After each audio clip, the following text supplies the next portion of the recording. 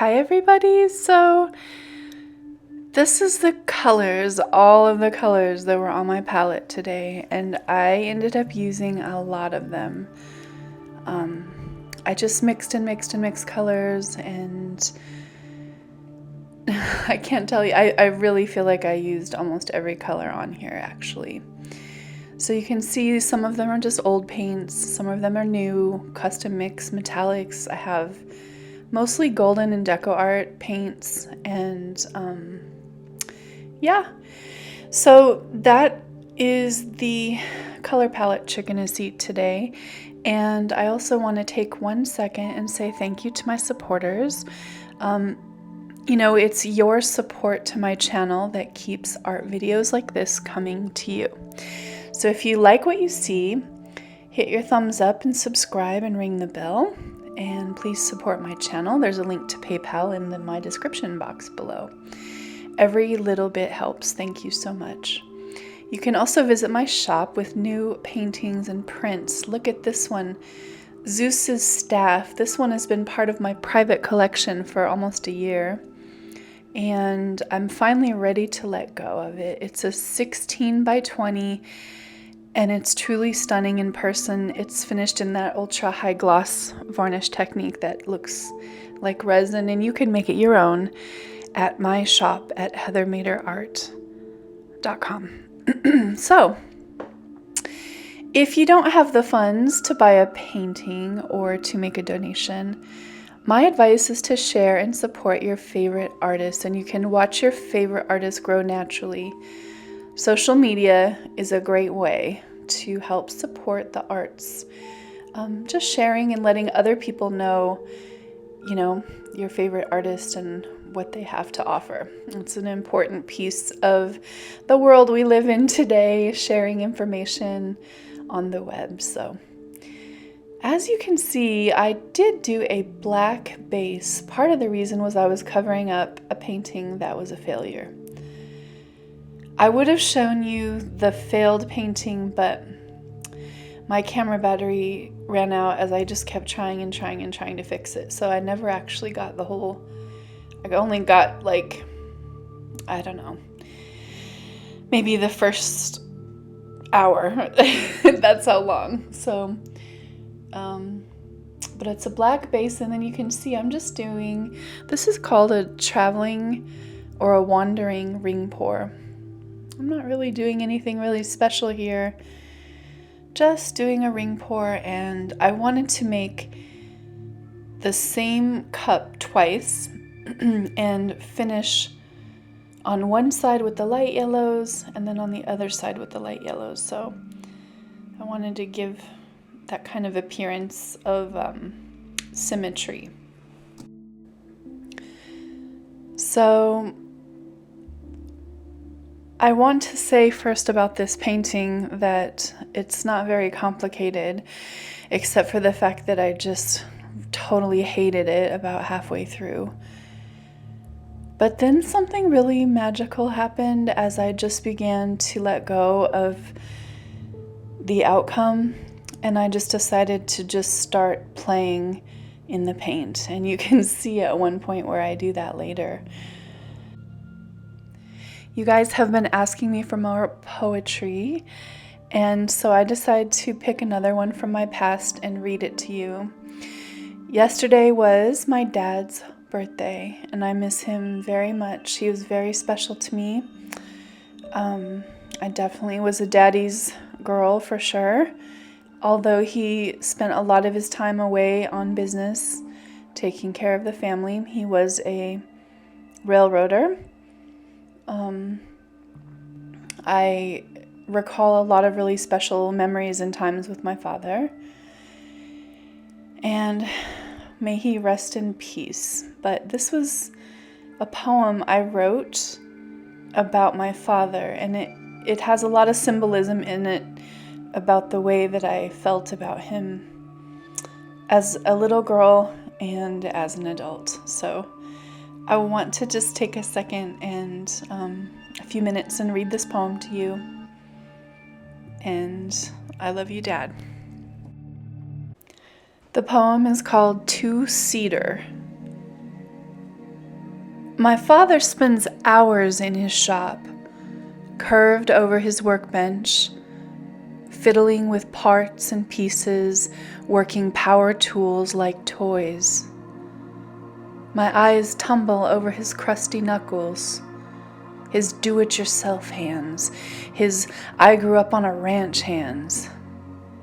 Hands that make quick work of sheet metal, the way a baker knowingly shapes dough into pretzels, methodically tracing, bending, melding scraggy bits into something tasteful.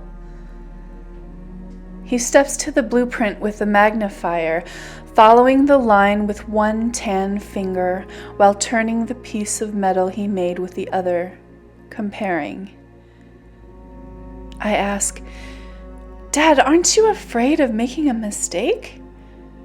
And his deep, earthy eyes rise from concentration. He sighs, shakes his head, gets that half grin twisted up in his mouth until a smile breaks loose. "I guess we'll find out if I do," he says. He jokes. A joke that isn't funny. It won't be the first time I've had to watch my father hop in the cockpit of a plane he pieced together with epoxy and liquid metal and taxi the runway and take off and transform into a tiny bird while we hold our breath wondering, will he ever come down from the cloudy perch? Whether or not we will be fledglings left in the nest with mouths wide open? Whether or not we will have to hear, or rather not hear, the sound of the prop faltering or the engine sputtering or the bird exploding in the sky like a puff of God's cigar smoke? He interrupts my thought. Well, I could hire a test pilot for the first flight, but if I made even one mistake, trailing off, his eyes go far away, contemplating one misbolt, one loose connection. Well, I just wouldn't be able to live with myself, he says. And I stare at him. I'm at once terrified and humbled by this daredevil dad. This man who built a 1,500 square foot shop so he could construct this plane, so he could hang in the sky dangling in front of his maker, so he could dangle in front of us all and make us wonder if we would ever see him again. I love my dad. So this painting, I wanted to show you, this is the point where I hate it. And I'm just like, oh my God, look at me. I'm just like, this is terrible. And I just start swiping and running the plastic over it. And I realize that it's not going to make any cells. I'm not going to get any beautiful lacing. And I just start going to town just to see mostly what I'm pretty sure at this point I'm just going to scrape it off. So I just start running the plastic over it just to see if I can get some cool effects, or sometimes it's good just to play with your paints and see what they'll do. But this is what you call a hot mess right here. And you can see even my balloon rolls, I'm not taking any care or time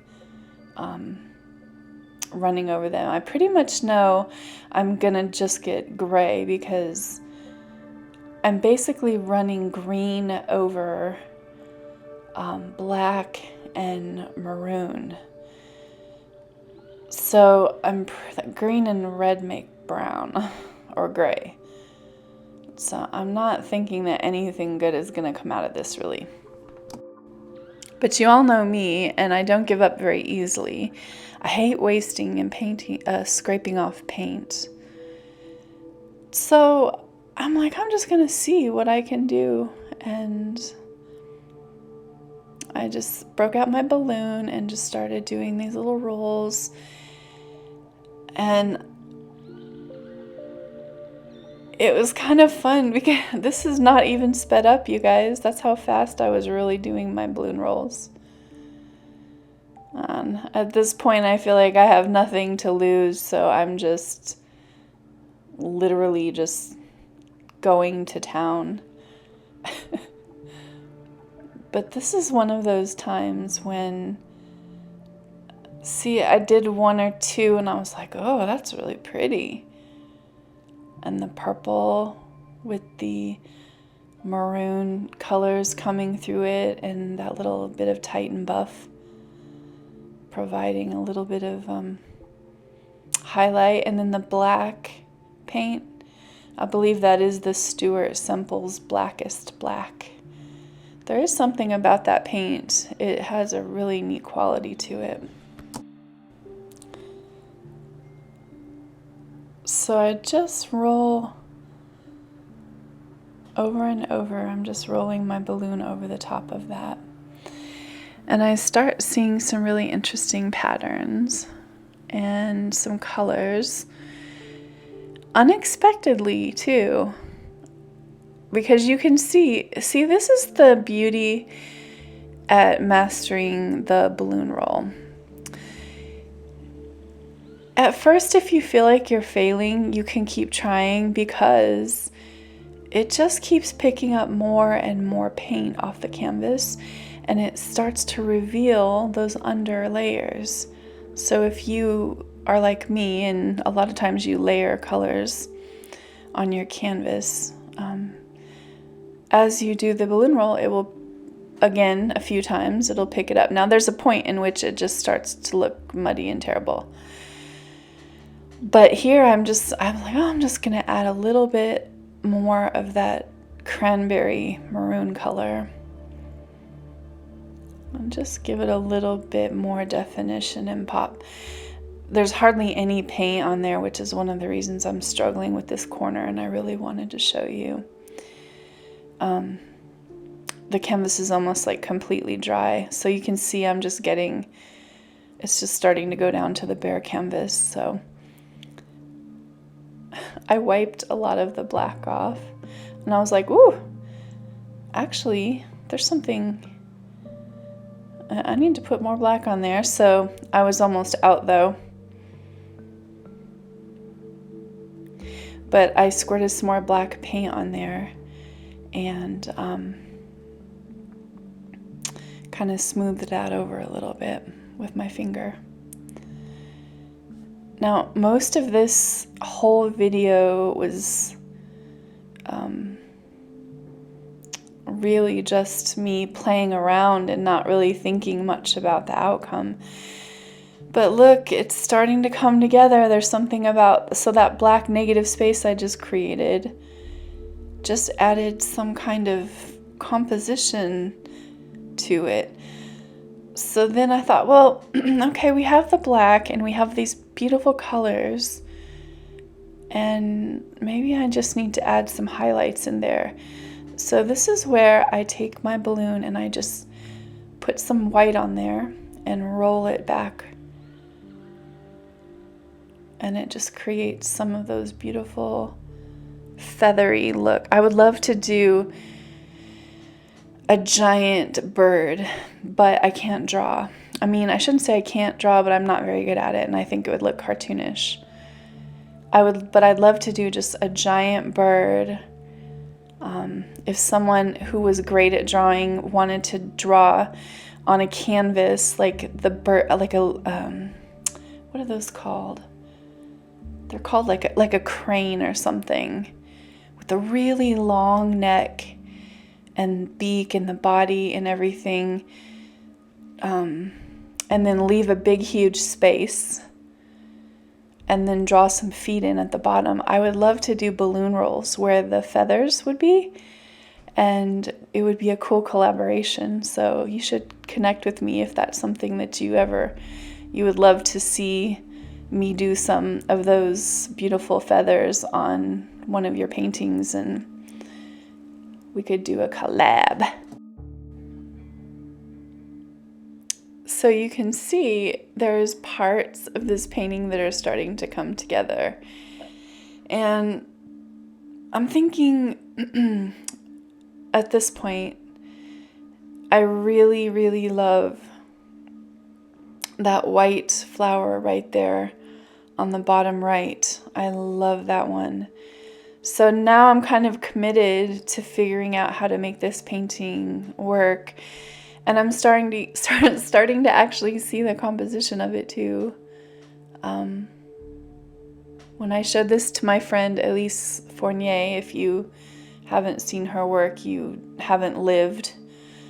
She is a goddess of art, and I often, show my work to her and ask her opinion, which means the world to me. But when I showed her this painting, she's like, oh, it looks like a waterfall with these big tropical flowers all around it.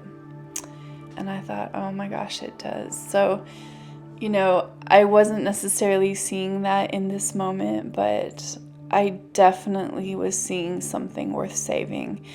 And what I'm finding is, when I talked about this in my Nubian Queen painting, I've been painting for the end result lately. And so in my mind's eye, I can kind of picture how all of these are going to dry. And I know I'm going to get, part of what's kind of annoying about the painting is it's busy, but it's going to dry darker. So some of the busyness of the painting is actually going to go away as it continues to dry. So I want to take a second here and show you, look at all the beautiful colors. Isn't that pretty? Look at how that turned out. I just swiped that with my finger. And see the metallics, they're just popping out all over. This truly ended up being like a spectacular painting. And there it is at the first stage of dry. So that's maybe I think that was just one day after it had dried. And here is the third or fourth day after it's dried. Now see how dramatic? I knew that was going to happen, so it's pretty cool. This one is one that you can make yours. It's for sale. You can go to heathermaderart.com. If I don't have it posted, go ahead and send me an email or a message, and I will be happy to talk about making this painting yours. Thank you so much, guys. Please hit the subscribe button and the notification bell. Thanks so much.